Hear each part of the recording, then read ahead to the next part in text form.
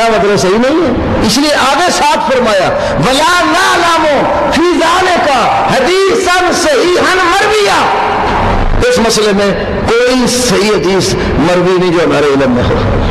تو احمد یار خان نے یہ اگلا جملہ چھوڑ دیا کہ صحیح حدیث کوئی نہیں ہے، ان کا ترجمہ کہ اگر ٹھیک رہے تو، یا تو کی بات رکھی ہے، آگے کھا گیا عبارت۔ بریلوی امام کے پیچھے نماز با جماعت کی حیثیت ہے، کوئی امام ہو جو عقیدہ شرک کا حامل ہو اس کے پیچھے نماز نہیں ہوتی۔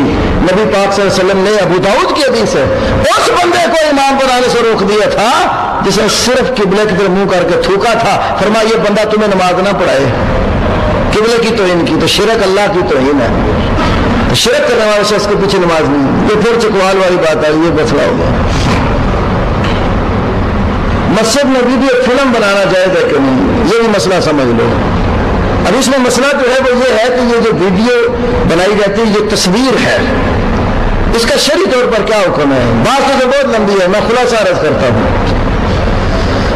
اسلام میں دو طرح کی حدیثیں ہیں، بہت ساری حدیث میں تصویر کے متعلق مذمت آئی ہے، مصورین کے متعلق مذمت آئی ہے۔ اب جہاں بخاری مسلم میں مذمت والی حدیثیں ہیں وہاں دو اور حدیثیں بھی ہیں۔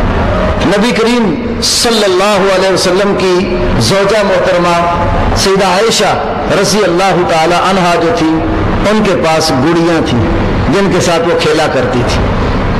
اب یہ جو گڑیا تھی، گڑیا بھی کیا ہوتی ہے؟ تصویر ہے کہ نہیں؟ مجسمہ ہے نا، لیکن اس کو رسول اللہ نے گھر سے نہیں نکالا، کھیلتی تھی۔ ایک دفعہ آپ گھر تشریف لائے تو دیکھا کہ ایک گھوڑا بیچ میں بنا ہوا ہے، پوچھا عائشہ یہ کیا ہے؟ کہنے لگی یہ گھوڑا ہے۔ آپ نے پوچھا گھوڑے کے پر بھی ہوتے ہیں؟ تو فرمانے لگے سلیمان علیہ السلام کے گھوڑے کے بھی تو پر تھے نا۔ مسکرا پڑے آپ، ابھی گھوڑا بھی گھر میں برداشت ہوا، کیوں؟ باقی طرح لعنت بھی آئی ہے۔ دوسری حدیث بخاری کی، صحابہ کو اپنے بچوں کو روزے رکھواتے تھے اور بچوں کو مسجد میں روزہ رکھوا کے لے آتے، ساتھ روئی کا گٹھا بھی ایک لے آتے۔ تو بچہ جب بھوک کی وجہ سے بلکتا نا، روزہ اس کو تنگ کرتا، روتا، تو کھانے کے لیے بھی اس کو کچھ دیتے تھے، روئی کے گٹھے کی لوبا گڑیا بنا کر اس کو دے دیتے تاکہ اس کا دل بیٹھ جائے، روزہ پورا ہو جائے۔ وہی مسجد کے اندر ہی تھا۔ ان دو حدیثوں کو جمع کر کے محدثین نے یہ بات لکھی ہے۔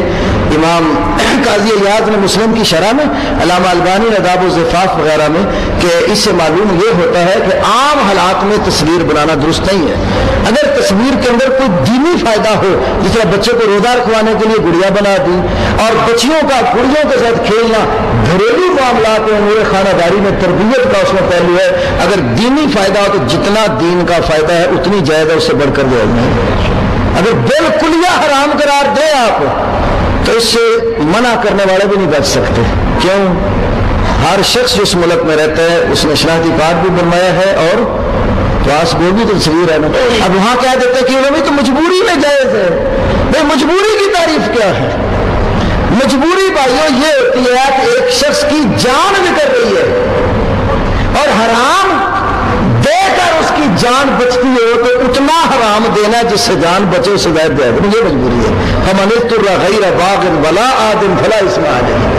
اگر کوئی مولوی کو عباس بولنا بنوایا تو بھوکا مار جائے گا، بلکہ کئی جگہ جی فریضہ ادا نہیں ہوتے، چلو ایک دفعہ فریضہ ادا ہو پھر پھاڑ دیں اس کو، پھر بھی نہیں پھاڑتے۔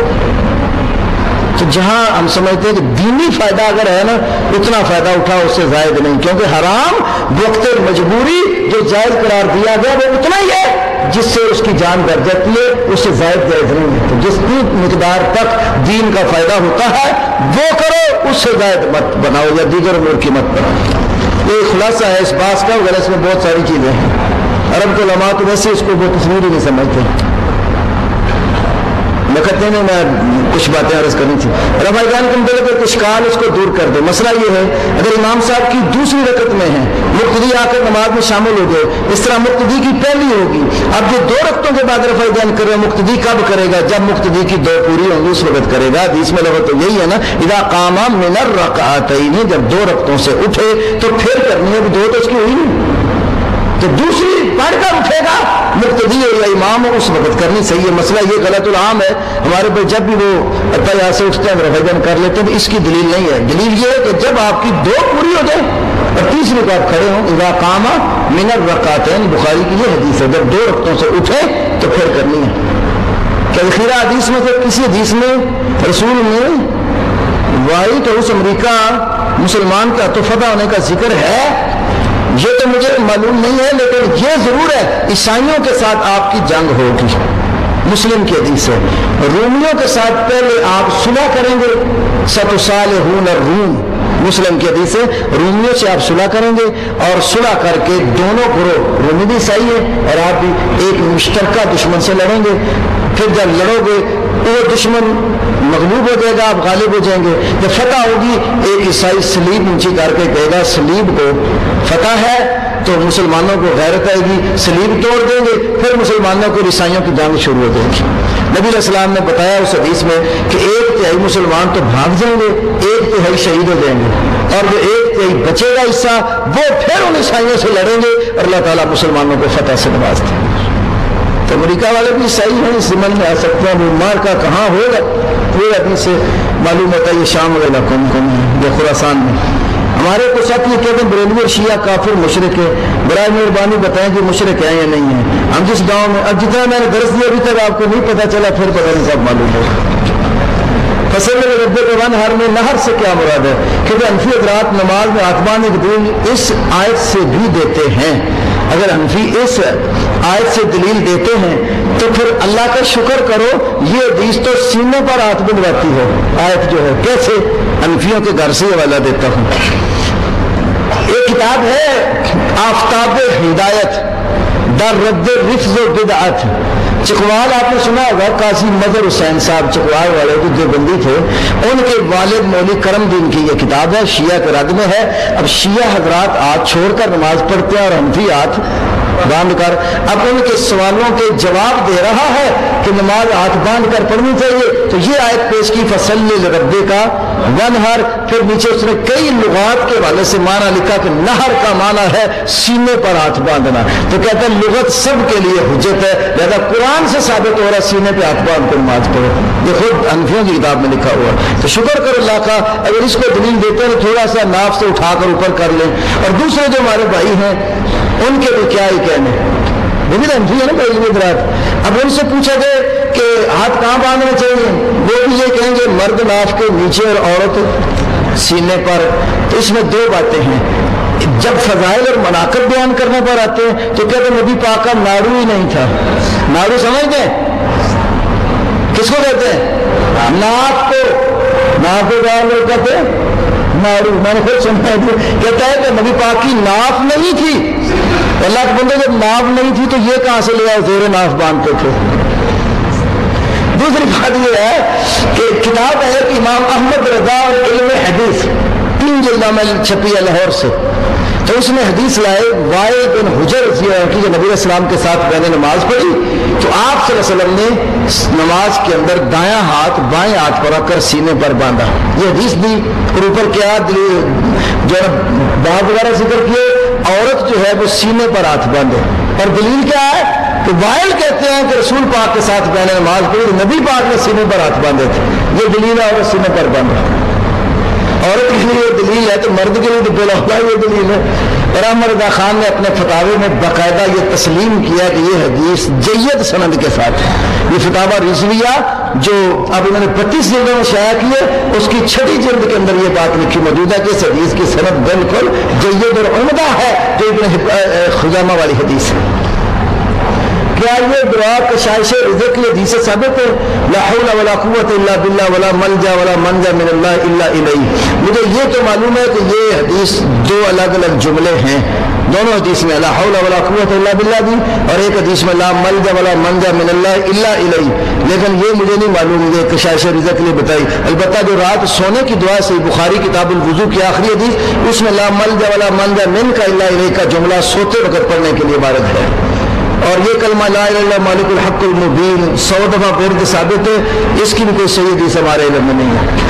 عبداللہ ابن عمر فرماتے ہیں کہ میں نے رسول اللہ صلی اللہ علیہ وسلم کو دیکھا جب نماز شروع کرتے کندھوں تک اپنے ہاتھ اٹھاتے، جب رکوع کرتے رکوع سے سر اٹھاتے تو رفع یدین نہ کرتے اور 2 سجدوں کے درمیان بھی نہیں کرتے تھے. مسلم مہدی جز ثانی صفحہ 277 حدیث سے عبداللہ ابن عمر اور سید ابو عوانہ جز اول. اچھا ایک پہلے اس پر سن لیں. اب حدیث کا حوالہ کیا دیا؟ مسند حمیدی کا. آپ کو پتہ ہے امام حمیدی امام بخاری کے استاد ہیں. ابو بکر عبداللہ بن زبیر الحمیدی ان کا نام ہے اور مسند ان کی طبع ہوئی ہے. یہ امام بخاری کے استاد کی ہے. اب یہ جو روایت پیش کی گئی کیا یہ باقی ایسے ہے اس میں؟ یہ کہانی میں ابھی بعد میں عرض کرتا ہوں. یہ کیوں ایسے کیا گیا؟ جب آپ بخاری شریف پیش کریں گے بات کرنے کے لیے تو کہیں گے آپ بخاری کی بات کرتے ہیں, ہم بخاری کے استاد کی کتاب سے پیش کرتے ہیں, استاد کی ماننے کی شگرد کی. اب مسئلہ یہ ہے یہ بالکل یہ جو ہے سجدوں میں نہیں کرتے تھے. یہ جو اصل مسلم مہدی کا نسخہ اس میں یہ لفظ نہیں ہے. یہ دیوبندی عالم جو ہے نا اس نے اس کی جب شروع میں اس کو شائع کیا ببرما العاصمی, یہ اس کی بددیانتی ہے. ہمارے پاس مکتبہ ظاہریہ دمشق کے قلمی دو نسخوں کی مکمل پوری کتابیں میرے کتب خانے میں موجود ہیں اور باہر سے اسی طرح عربی عالم حسین سلیم اسد کی تحقیق کے ساتھ مسند مہدی جو چھپی وہ بھی, اور مسند مہدی کے حوالے سے امام ابو نعیم الاصبہانی نے اپنی کتاب المسند الصحیح جو صحیح مسلم کے اوپر ہے اس میں بھی مسند حمیدی کے حوالے سے حدیث بیان کی ہے. اس میں اسی طرح حدیث ہے جیسے صحیح بخاری میں ہے. اب یہ کیسے ہوا؟ ہم کئی دفعہ کہتے ہیں واقعی یہ حوالہ بڑا ہی پکا ہے. ایسے ہی کہاوت بنائی لوگوں نے. ایک بندہ تھا اس نے سید ہونے کا دعویٰ کر دیا, سید تھا نہیں, سید ہونے کا دعویٰ کر دیا. جو اصلی سید تھے انہیں لوگوں نے کہا بھائی آپ تو سید ہیں, اب یہ شخص بھی جو ہے یہ سید ہونے کا دعویٰ کر رہے ہیں. تو عدالت میں انہوں نے کیس کر دیا. تو جج نے جب پوچھا تو اس نے کہا ہاں میں سید ہوں, اور اس نے کہا گواہ لاؤ. گواہ نے کہا جی دوسرے بندے کا ہمیں نہیں پتا سید ہے کہ نہیں, یہ خالص سید ہے. کیوں؟ ہماری آنکھوں کے سامنے بنا, ہم گواہ ہیں اس کے سید ہونے کا. ہم اس بات کے شاہد اور گواہ ہے کہ یہ روایت بنائی گئی ہے, حدیث میں ایسے نہیں ہے. کسی کو ریسرچ اور تحقیق کرنی ہو میرے یہاں تشریف لائے, میں اس کو مکتبہ ظاہریہ دمشق کے قلمی نسخے مخطوط دونوں مکمل مسند مہدی کا جو عربوں نے نسخہ شائع کیا وہ, اور حنفیوں نے جو پہلے مسند مہدی چھاپی تھی وہ بھی, جس میں سند کے اندر سے سفیان کا واسطہ